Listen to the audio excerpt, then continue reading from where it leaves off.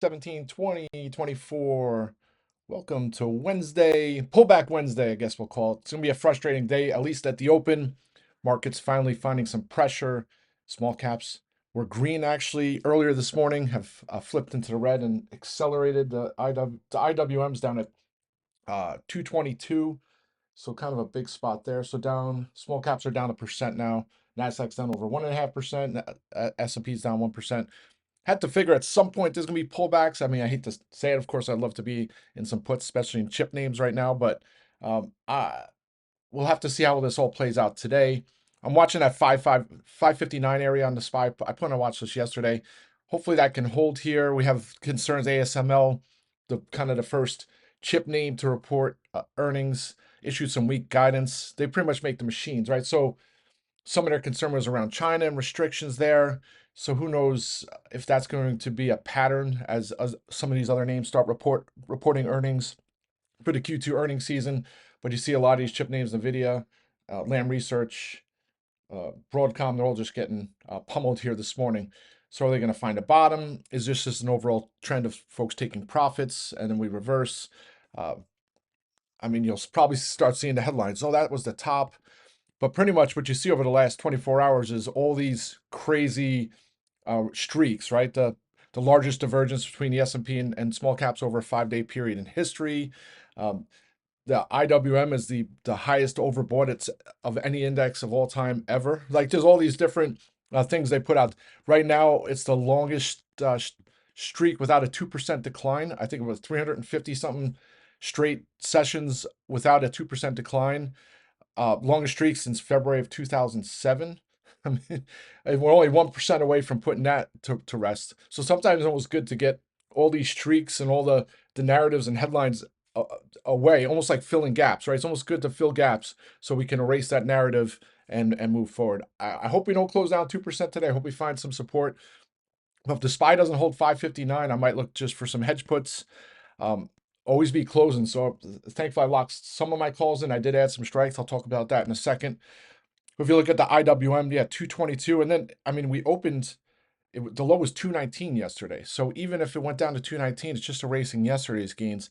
Then you have to worry if there'll be some snowball effect and then things accelerate. So that would be the concern. So hopefully markets can find some support. And last but not least is that VIX. And I keep talking about the VIX. It's up 2 days in a row. It hasn't closed in the green 3 days in a row since late May. Not saying that is the pure indicator of the market, but if we start seeing folks start positioning, then I might get a little more concerned. But for now, it's funny how when the market goes up, every dip, the market, what they used to call it, well, not buy the dip. I forget what some of the cliches and stuff back after the COVID lows that the market was like UPB used to say like a beach ball. You try and push it underwater, it would just pop up. At some point, it won't be, right? But it seems like every dip has been bought, and likely this will be the same. But you never know. So I don't want to be in a situation where I get caught with my pants down. So I will have some hedge puts at some point, either today if there's more weakness, or some other day in the next coming weeks, because you just never know. Especially overnight, you can have a gap down. I wake up this morning, you see the futures down. I'm like, oh, here we go. But hopefully, I say too, sometimes I like the red opens because when we have reversals, they tend to be a little more profitable on the call side. So that's the overall market.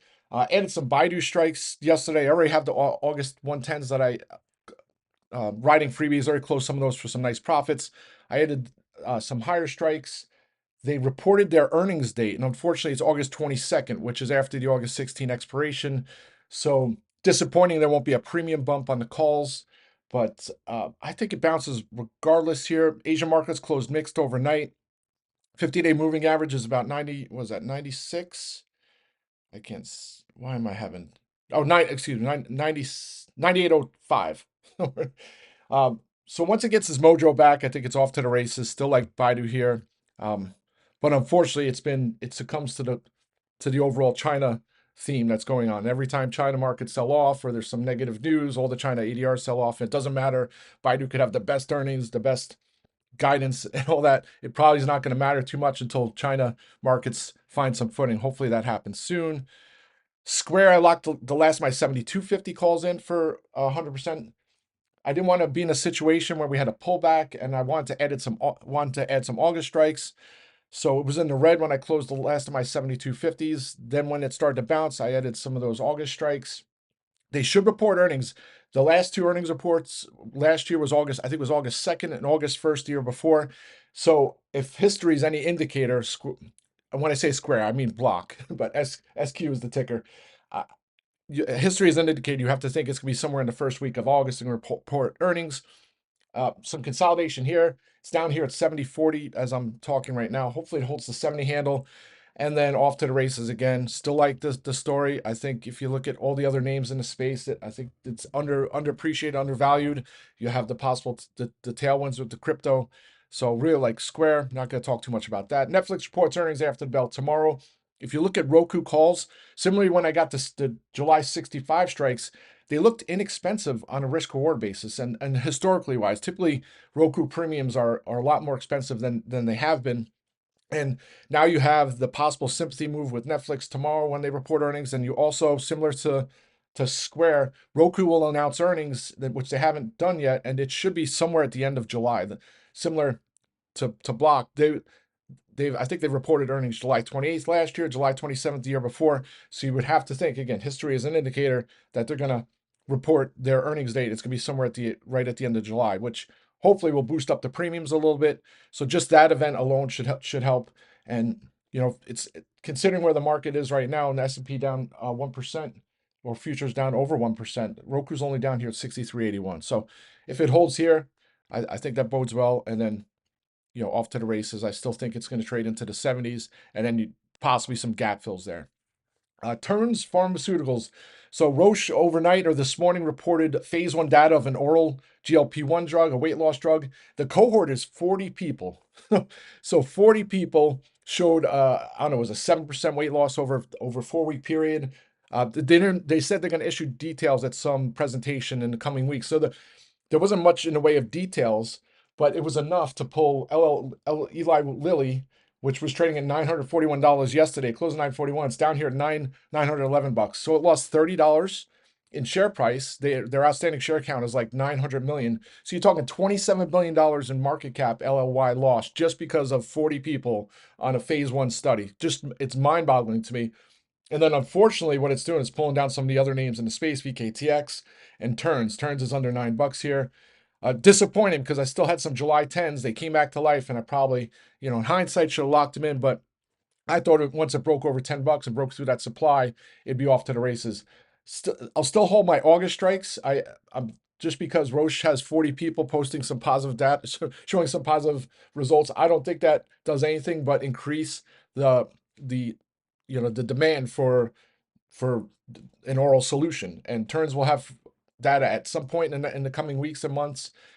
So I might look to get some October strikes to add to the August. Hopefully the August premiums hold up pretty well. So that's TERNs. Not going to talk much about that. I did add some spec calls yesterday. So first was in iRobot and the second was in WW International. Both names have been destroyed, and some iRobot was going to get acquired from Amazon. The EU nixed on the deal. There was a breakup fee. iRobot has debt. There were some situations there. The CEO left. There's a new CEO. And then you look and it trades like a third times revenues. I mean, there's always been competition in space, Shark and all these other vacuums and products have come in, but there's other avenues of growth for them. And if they just turn their business around just a little bit, get the debt down, the debt situation down, the stock's going to trade back over $20. So it was rallying yesterday. I think some of it is because people are hiking up their expectations or pushing them closer for rate cuts. So when you have high levered companies like WW and iRobot, that have been pummeled because people are saying, wow, they're not going to be a sustainable company with their debt level the way it is and rates where they are. Now that narrative changes and boom, you have a kind of a turnaround story.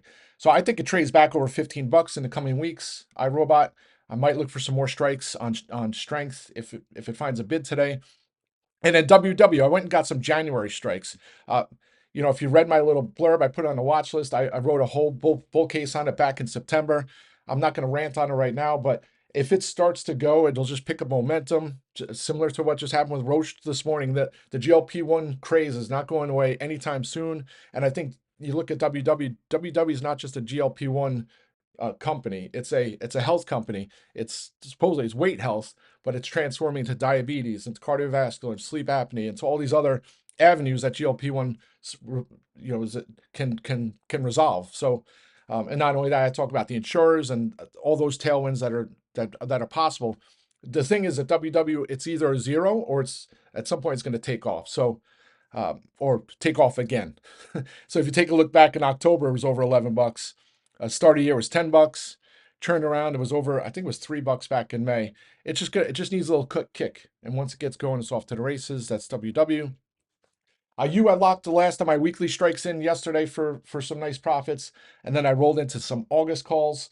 It's gapping a little lower here in the pre-market. I wouldn't, I'm not surprised considering the market here and the Nasdaq down nearly 1.5%. Still like that one for a break over 20 bucks. The August calls give some time there, and I didn't even look to see what date you will report earnings. They haven't announced, but if you look at you reported earnings August 9th last year, August 2nd last year, August 9th the year before. So the calls, the August strikes will more than likely, a high probability they'll encompass earnings. So once they release the date, that should help boost the premiums as well. And then Exact Science. So another name, similar to TERNs. I have the 50 strikes that expire on Friday. They came back to life, solid green. Of course, I should have, hindsight's 2020, should have sold them yesterday, but I still think if we get a bounce here in small caps, Exact Science can trade over 50. Great story.